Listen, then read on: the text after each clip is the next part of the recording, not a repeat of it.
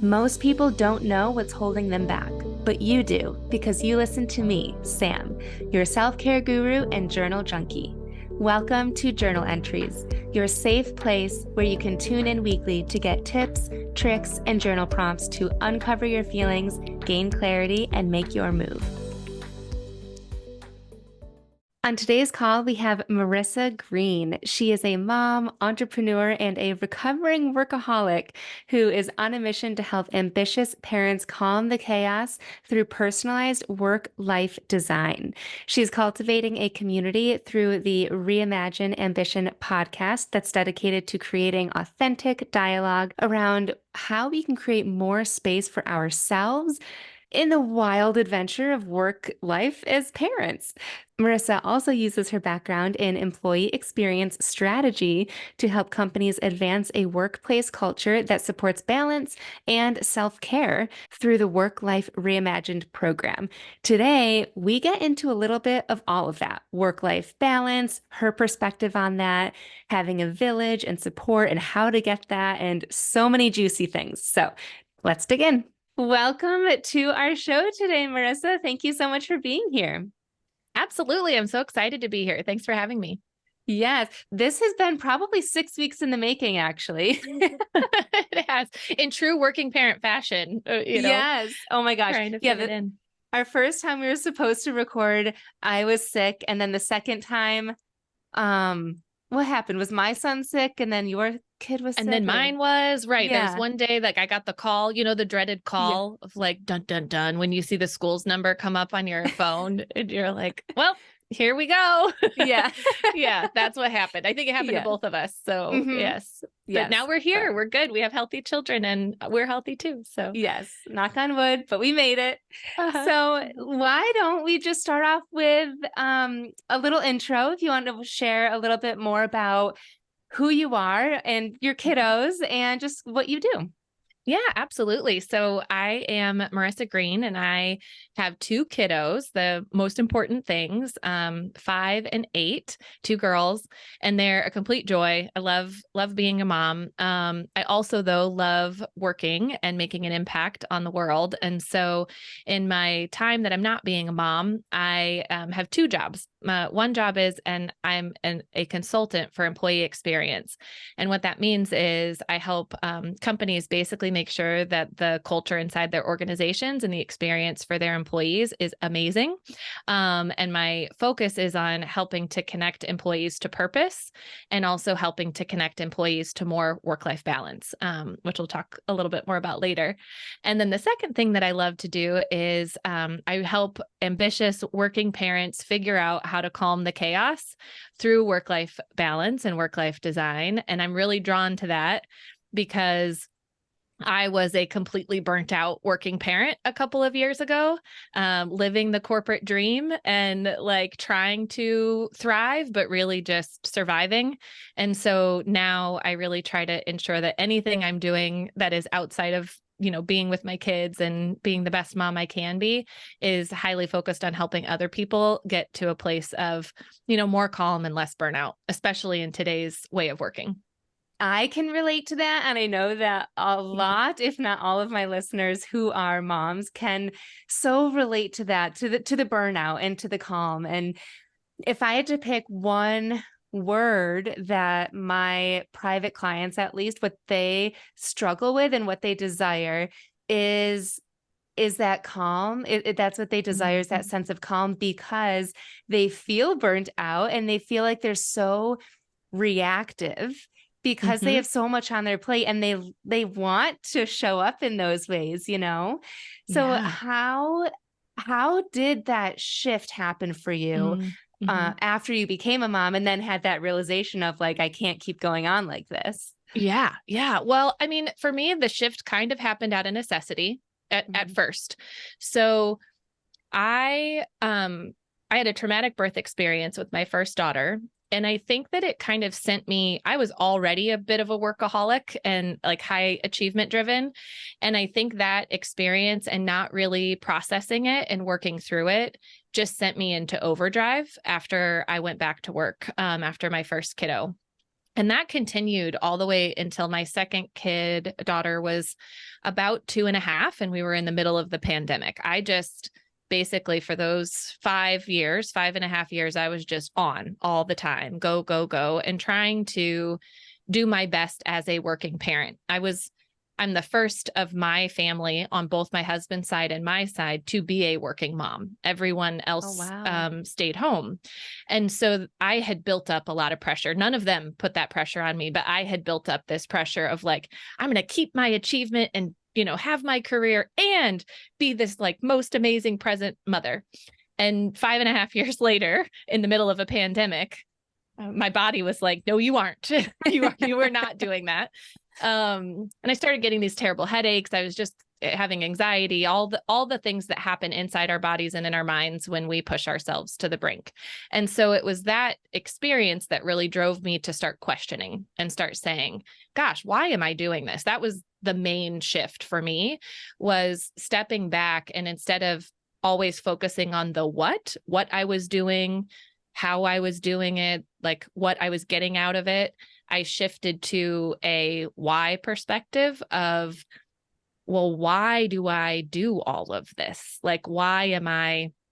And I started realizing I wasn't really doing it for me or for the kids. I was doing it because I had built up this expectation inside myself that I thought I should be. Like, there wasn't a real rationale to the achievement or a real rationale to the way I was trying to parent. And so asking that why was like the shift for me, after my body told me, get real, lady, because this is not working. That's really powerful. Just one simple question, but it's a completely different perspective. And that shift, Mhm. what are we doing this for? Right. Why? And, it's interesting because I work on this question with my clients as well. And so many times when people come to work with me, they come because they think that what we're going to sit down and do is build a plan for how work is going to get easier. Like so many times that's the question they're asking. Like, I know I need more balance, so there must be this tactical thing I can do with my calendar. I'm going to play Tetris like differently, And they're consistently surprised when I spend like 3 weeks asking them why. And they're like by the third week, they're like, I get it. Now I understand why the why is so important, because Mhm. we're so we're trained as women, I think, to really live in the space of plans and productivity and pragmatism. And I think sometimes once we get into parenthood, we lose the idea of the deeper meaning behind it all, because our brains are so full of all the other stuff. Mhm. And it can be really powerful to just take a pause and be like, why? Mhm. Why? So, I just keep thinking of my twin sister right now because she has her first baby due in March. And yay! yeah, super exciting. Congratulations. Mm-hmm. She is a workaholic for sure, and she would admit that. And so I actually gifted her, when she found out that she was pregnant, I did just like a quick Google search, so no deep dive or anything, but I gifted her this book. And it was I can't remember the exact name of it, but it's for expecting moms Mm. for business owners. And it's like Ooh, how to cool. business. It was literally the only book that popped up. And so just hearing you talk, I'm like, this is needed at all phases, like once moms hit Mm-hmm. that burnout, but also like women and business owners prepping for that, Right. because she so badly is like, doesn't want to burn out and wants to sustain Mm-hmm. her success that she's seen, but also be a present mom. Mm-hmm. Mm-hmm. It's so interesting because I look back at this. So before I hit the body burnout that kind of forced me to question things, I had already been doing my own little version of discovery inside my company. And every time I sat down with another mom, I would ask questions about, how are you doing it? And I would explain, because I already knew at that time that what I was doing wasn't really working and I wanted it to be different. I just didn't know what that could be. There was no real example for me of how to do it. And so I went on this like discovery of like, I'm going to find the answer. I'm going to figure out, what's the magic bullet here. And I was so surprised to kind of uncover no one no one had the magic answer. Like there was no one size fits all magic answer. A lot of people suggested that I hire another nanny, which I was like, that's not really what I'm talking about, but okay, thank you. A fine answer for other people, not the answer that I needed. Mhm. And so what I kind of realized is that it isn't so much about there being this magical answer or a recipe that works for everyone. It's about allowing ourselves the permission and the time and the space to truly design what does work for us. And holy cow, do I wish that someone had given me that advice 4 months before my kids were born or at the first moment of burnout. But in all that searching and all that talking, that was not something that people shared. That was not a prompt that people gave, right? They were happy to give, well, this is what works for me. This is what you should do. Right. And really, like for your sister and for anybody else kind of entering into this, about to have children, is like, just allow yourself some space and time to discover what it can be for you. You don't have to figure it out right now. You don't yet know what it will look like, but build in the space and time for what it can be for you.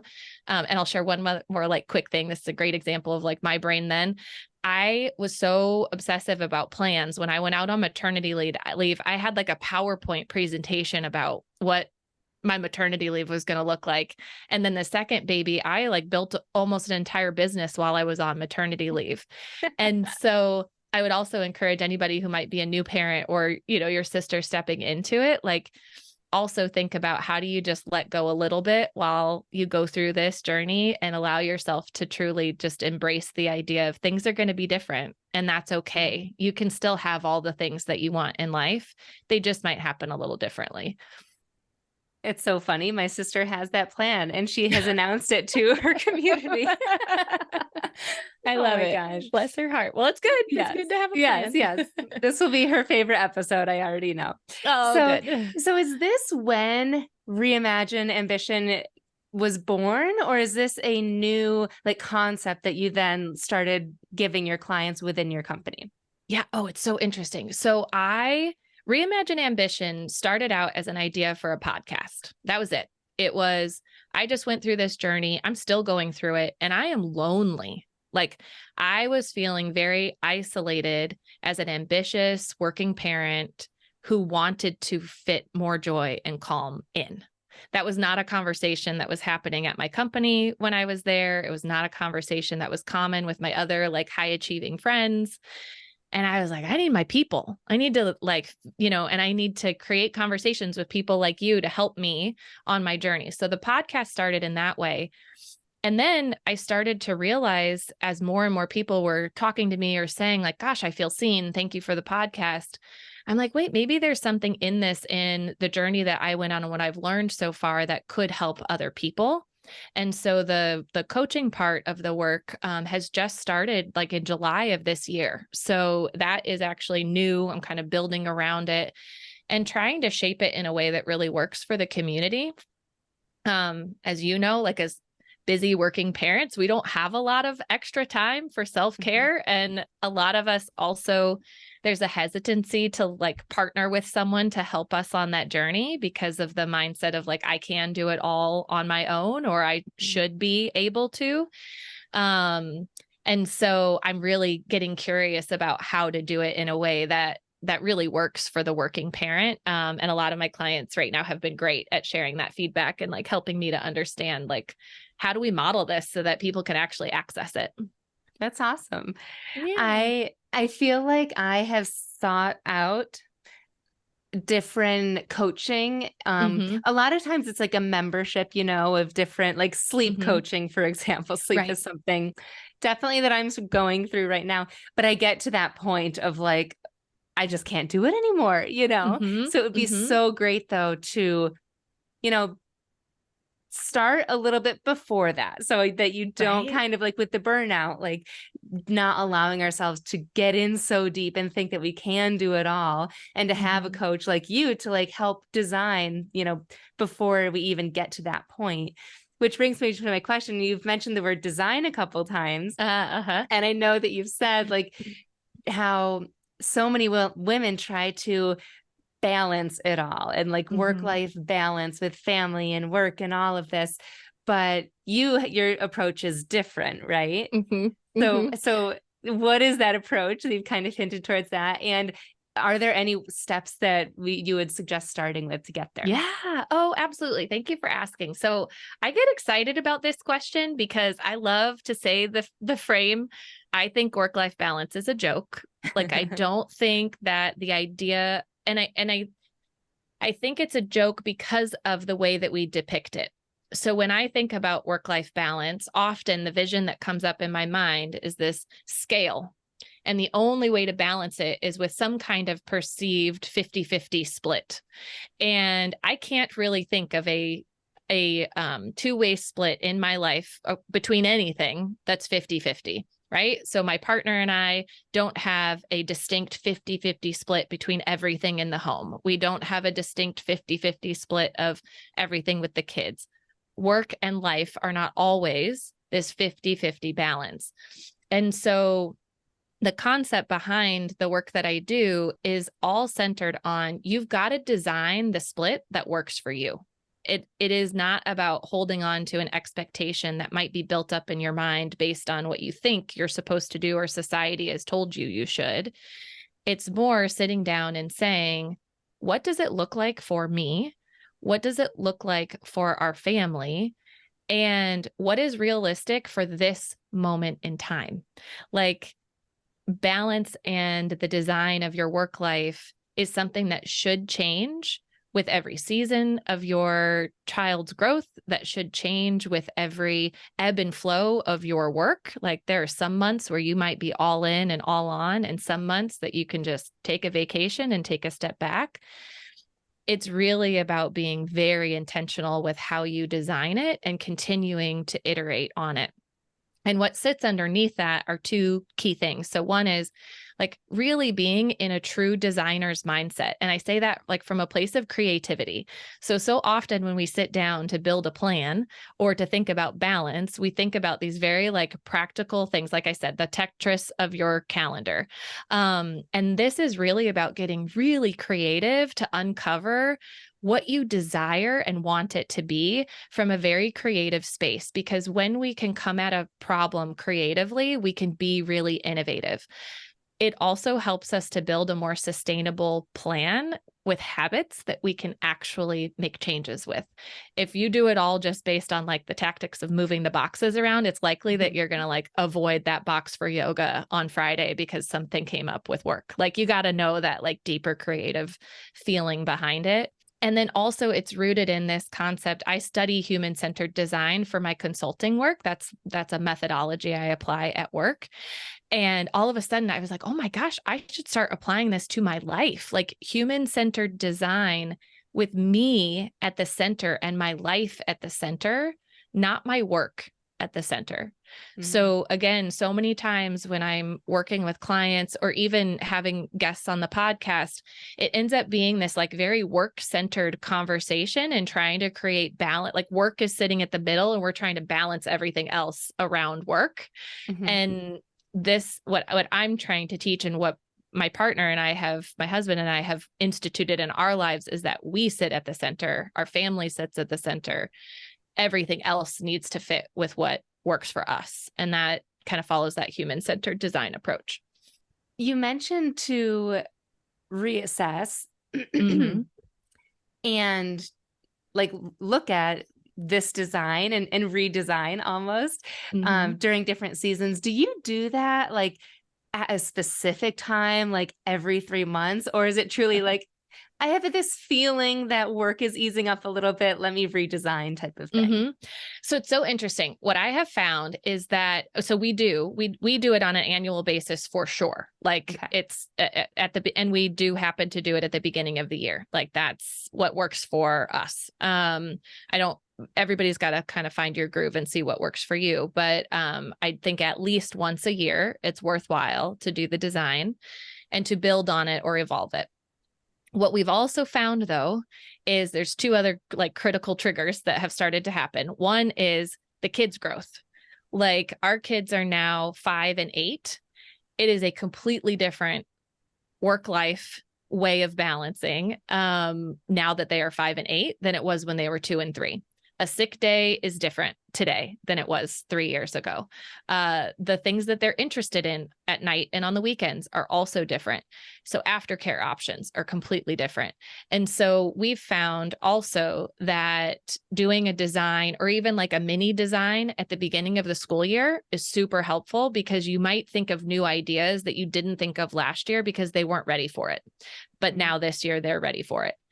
And then the other piece that I think is really important is just the ebb and flow of our jobs. So, you could do it every year in January, but if you know that you have a heavy work period or a new project gets placed on, like, because I do freelance work, my work goes ebb and a flow like a roller coaster. I take, 4 or 5 weeks off over the summer, but I pack my work in around that time off. Mm-hmm. And if I get a big project that's like a good, a fun one that I really want to do, we'll do a quick redesign to make sure that we've got everything balanced in the right way.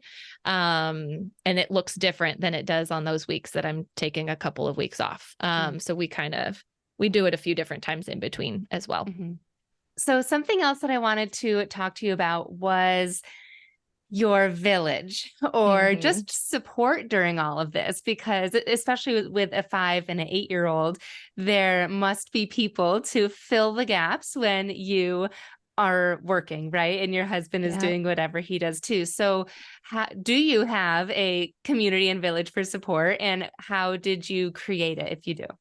Yes, absolutely. So this is a critical part of building your work-life design. And one part is mental, and that is like being willing and ready to ask for help. And then also being willing and ready to receive it. So it's 2 different steps. And I did a lot of work on that. You can call my coach and ask her. Like, there's probably like weeks spent with just me getting attuned to the idea that I didn't have to do it all. I could ask for help. I could receive support and receive it with grace and humility and not shame and guilt. And so I think that's a really important part of building a village that you can truly count on, is that the village is really there for you, and it's okay to tap into it and work with your community to build the support that you need. And it doesn't always have to be like a tit for tat, like because you watched your friend's kids on a Friday night, like, doesn't mean that all of a sudden they have to watch yours the following week. Like, there's got to be some just like generosity and grace in it, knowing that everybody's there to support each other. So that's number one, like, get in the mindset of being willing and ready to ask for and receive help. And then as you start to think about what your community needs to include, take that same creative mindset, because I think sometimes we only think about things like daycare that could be very, very expensive for not all families can afford daycare, especially if you're a mom doing like a side hustle. So what do you have around you, and what could be done in exchanges? Is it a high schooler that lives down the street who can come and like hang out with your kid while you're working? We did that for a while. We have neighbors who have kids who are in middle school and high school. So they babysit, but we're home while they're babysitting because they're not quite ready to like step out and babysit on their own. The other piece is really thinking about like kind of the unexpected people that maybe you wouldn't always think of. So let me give you an example. I used to have a tendency to think I could only ask for help from my family or my closest friends. Like, I'm talking people I'd been friends with for 10, 15 years. And what we've uncovered in building our village and our community here next to us is we have a great neighbor who lives next door, and we're not all hanging out all the time. It's not like that, but oh my goodness, did we work it out? We're happy to take Nicola anytime they need help, and they're happy to take the kids anytime we need help. And, now we've structured it where the kid every other week on a Friday, each of us get a date night, because like our kids are going there on Friday, or he's coming here on a Friday. And that's unexpected. I wouldn't have like thought to design that, except to start having conversations about how we needed it, and we wanted to support each other in that way. And then the other piece I would say is you've got your village that's in proximity to you who can be that tangible helping hand. So whether it's a nanny, an aftercare program, a neighbor who's supporting you, the, teenage babysitter, whatever that might be, that's like your tangible, like, come and help me because I just need some time, right? Mhm. Then there's the like emotional support village that we also really need. And we sometimes lose touch with or forget about when we get so caught up in the daily tasks and activities. And what I started to find was that I was really losing touch with some of my village that I had had pre-kids or at the beginning of kids. And I was missing a lot of those people, but I also was feeling a lot of guilt for having let the lag happen, right? For Mm. having like taken a step back or maybe not worked quite as hard because I just couldn't do it all. Mhm. And so if that's happening or something that you're feeling, I would also just say like one small conversation or one short text goes a long way to just start rebuilding those connections and be open and honest with those individuals and the people who fill your cup because they're going to understand. Like I have plenty of friends who I get ghosted from or like don't write me back. And then like a couple months later, they're like, oh, by the way, and whatever they had going on, I get, you know what I mean? Like we Yeah. understand each other. So it's like, don't hold on to that shame. Just go ahead and keep going. Like keep reaching out. And don't be afraid to tell them what you've got going on because they could really support you in ways that might be unexpected. I love that. I love how your approach to everything that we've talked about, there is a mental and emotional piece to it, Mm-hmm. not just like, the calendar piece to it and the asking for like filling in the gaps of support piece of it. Because Mm-hmm. that is such the emotional piece is what I work on a lot with journaling. Mm-hmm. And if you Yes. don't like fill those pieces in, like about the asking and receiving help is so big. When you said that, I was like, yeah, because if you're not in the headspace where you can ask, you're just not going to ask. But if Mm-hmm. somebody offers, you're going to say no, Uh-huh. or just not like know how they can support you. And then you're not going to receive it. And it's just like this downward spiral. And the simple solution for that is just like mental and emotional and like Yes. fixing it yourself. Yes, totally. Yeah. Mhm. Do the journaling Yeah. and unpack why. Like it's so true. And like it's so interesting now too, because I can recognize my old self in so many people that I interact with, right? Because now I have cultivated a space where I have time to give. I have an ability to help my village with my time because I'm not filling it as full as I used to fill it. So I offer a lot. I'm like, oh, you've got to work tomorrow. Like, let me take the kids for you if you can't find a sitter. Or oh, hey, like I'll pick up the pizza for the kids, whatever activity at school. Like I can just, zip over and do it. And it's been so interesting to see how different people respond to it. And like Mhm. for, and like so many times the hurdle isn't actually the time or the hurdle isn't that you don't have the village. It's that you're still thinking that you've got to take it all on. Mhm. That one's a big one. I'll also say the mind and the practicality that is like so critical and core. And I'm running a group program right now and we're about 3 weeks in. And one of the women yesterday, we just had our meeting and she was like, this is way more mind work than I thought it was going to be.